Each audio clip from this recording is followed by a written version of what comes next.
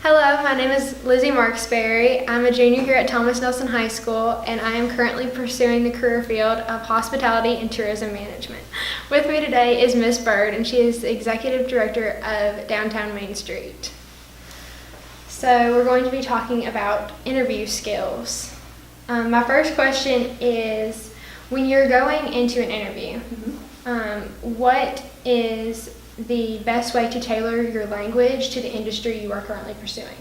Sure. I think this goes back to obviously what type of questions they will be asking as it relates to the industry. They'll probably ask you about your experiences and your strengths that could be best fit for the position, or how you would do well in the particular position you're applying for.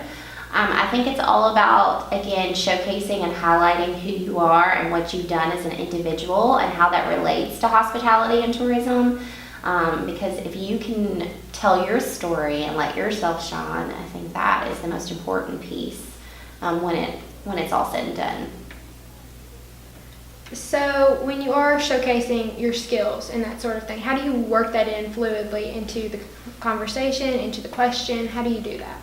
I think they will ask a little bit about your relevant work experience. So when you talk about some of the things that you've done when looking over your resume, some of the businesses that you've started or the leadership positions that you've had within your school, I think you could kind of highlight your strengths within your work experience, so they would know kind of how you've handled yourself and in relation to being a part of a team, or how you provided customer service.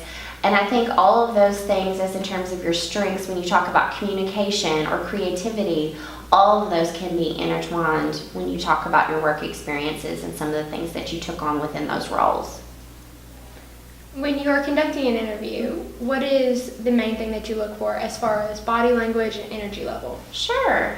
Within the industry, if you're talking about hospitality and tourism in particular, you want someone that has a lot of enthusiasm because you are going to be in front of the public, obviously, quite a bit. You're going to be working with community stakeholders sometimes. And they're looking for someone with that dedication and passion and enthusiasm. So obviously, when you come into an interview, that's definitely something that you'll look for.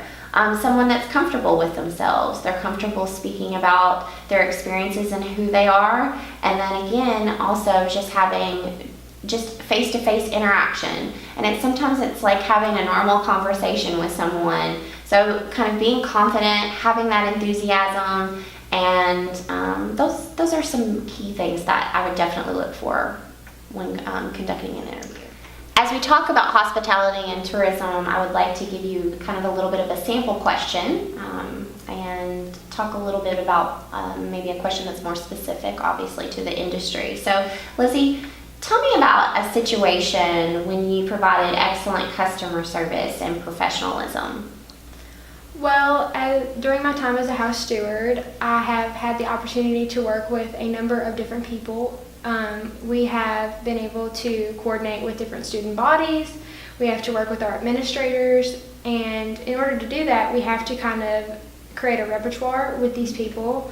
This goes into the customer service. We often have to work with different businesses to bring in certain items to the school.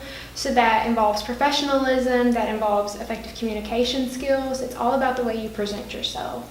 And I've learned that through my skills through house stewardship and through running a business. It's about the way you conduct your business is the way that your business will be. I thought you did a really great job at answering that question. Just to provide some specific feedback, when you're talking about working as a house steward and providing, talking about your communication skills and reaching out to people within the community, just be very specific.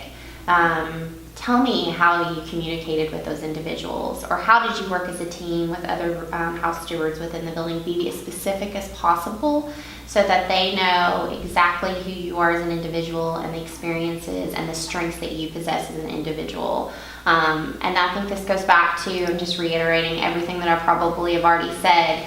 Just make sure that you're telling your story and that you're letting yourself be highlighted as you go through that interview. What are some other interview questions that I should be prepared for in the future? Sure. As you're as you're thinking about going into the hospitality and tourism industry, some of the things that you might want to think about too as you experience things would be, how well do you work under pressure? Because obviously there's going to be lots of deadlines involved. You're going to be working sometimes long hours to complete a job. So you might want to think about some of the times that you've had to use your problem-solving skills, or maybe resolved conflict, or so just how do you work under pressure in general? That's something that you might want to think about. Another thing that you might want to think about too is being also mindful of the community that you work in. So for instance, here in Bardstown, could you tell an individual about the attractions here within this town? Or could you tell me a little bit about what makes Bardstown so special, or why people visit here time and time again? So maybe having those community resources readily available and knowing a little bit about the community that you're in. And that can go to, being in a hotel management, or being in event planning, in being in the event planning industry, or being part of the event planning industry. There's lots of factors that can be beneficial to you knowing your community and knowing it well. And I think, really thinking about your own career goals. So they may ask you specifically, where do you see yourself in 3 to 5 years? So thinking about how you will grow and learn as an individual and where you would like to see yourself in the future. So in conclusion, when you are in an interview, you need to be mindful of showcasing the very best version of yourself and being specific about your strengths and the formative experiences that have contributed to your strengths. I want to thank you for coming in today. Thank you. It's been wonderful. Go Generals.